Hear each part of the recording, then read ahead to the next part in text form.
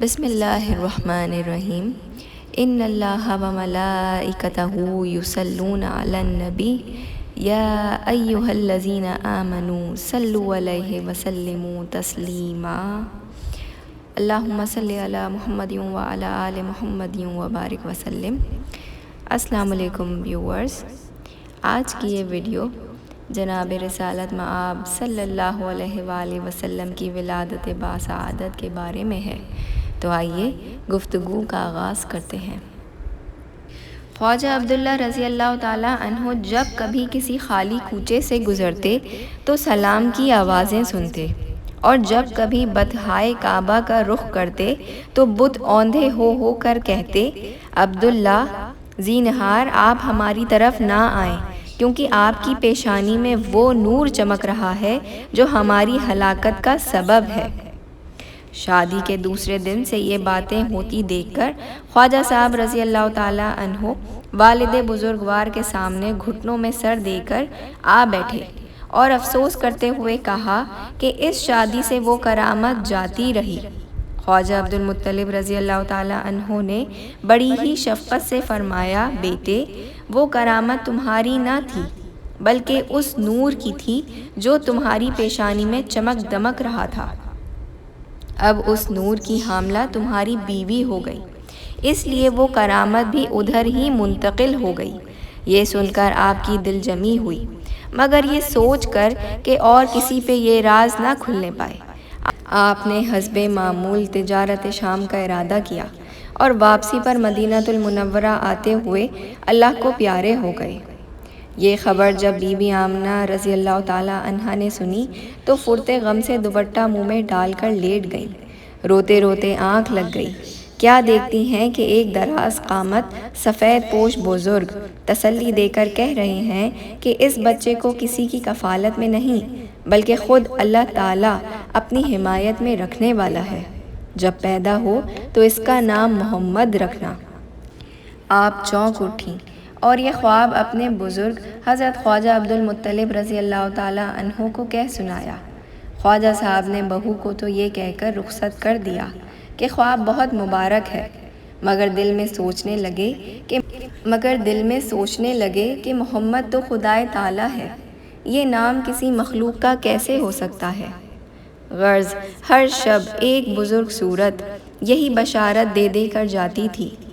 پورے دن ہوئے واقعہ فیل سے 55 دن بعد پیر کے دن، جبکہ آفتاب برج حمل میں تھا، صبح صادق کے وقت اس نور کے آثار ظہور ظاہر ہونے لگے۔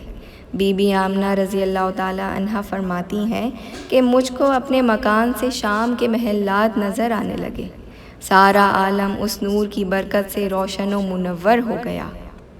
آسمان سے ستارے اتنے قریب لٹک آئے تھے کہ گمان ہوتا تھا کہ زمین حرم پر گر پڑیں گے، مگر معلوم ہوا کہ اثنا میں روئے زمین سر نگوں ہو گئے۔ آتش کدہ فارس کا جو 1000 سال سے روشن تھا یکا یک سرد ہو کر رہ گیا۔ حضور کی والدہ ماجدہ رضی اللہ تعالیٰ عنہا فرماتی ہیں کہ مجھے پیاس معلوم ہوئی تھی کہ میرے گھر کا دروازہ کھلا اور ایک امرت شکل پانی کا کٹورا لیے ہوئے آئی۔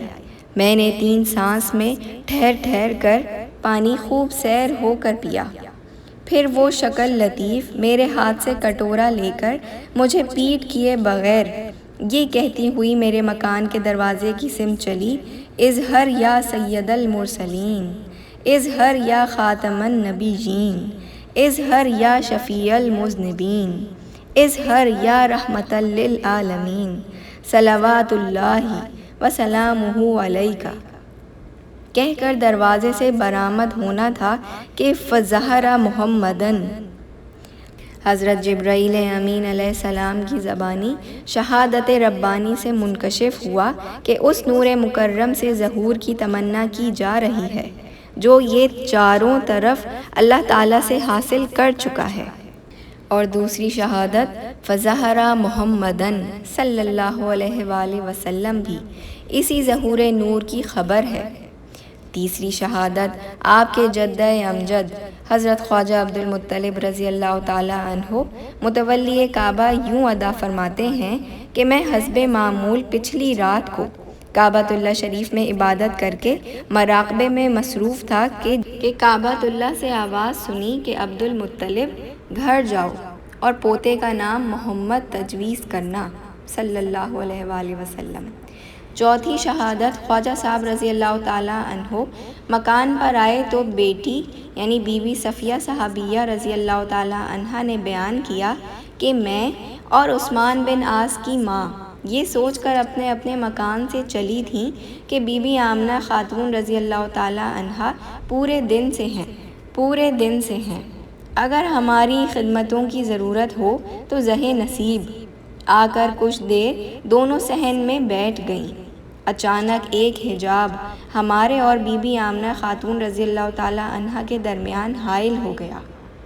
اس حجاب کے اٹھنے پر میں نے دیکھا کہ نونہال فرش پر ہے۔ سمجھی کہ پہلا بچہ ہے۔ آمنہ بی بی رضی اللہ تعالیٰ عنہ شاید سنبھال نہ سکیں، بڑھ کر اٹھانا چاہا تو وہ معصوم میرے ہاتھوں کی طاقت سے نہ اٹھ سکے۔ بی بی صفیہ فرماتی ہیں کہ میں نے ذرا غور کیا تو ابا جان یہ تو بالکل آپ کی طرح سر بسجود نظر آئے اور لب نازک بھی ہلتے دیکھے۔ میں نے جھک کر کان لگایا تو یہ دعا کرتے سنا، ربی ہب لی امتی۔ آخر یہ اپنے آپ ہی اٹھ بیٹھے اور ہونٹوں پر مسکراہٹ تھی۔ جب میں نے گود میں لے لیا تو اپنی ماں کی طرف جھکے، میں نے فوراً بی بی آمنہ رضی اللہ تعالیٰ عنہ کی گود میں دے دیا۔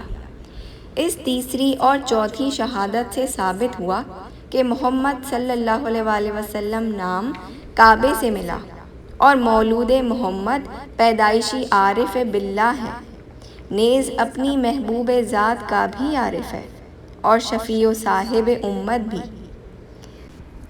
سید الکونین و ختم المرسلین، آخر آمد بود فخر اولین، وما علینا الا البلاغ۔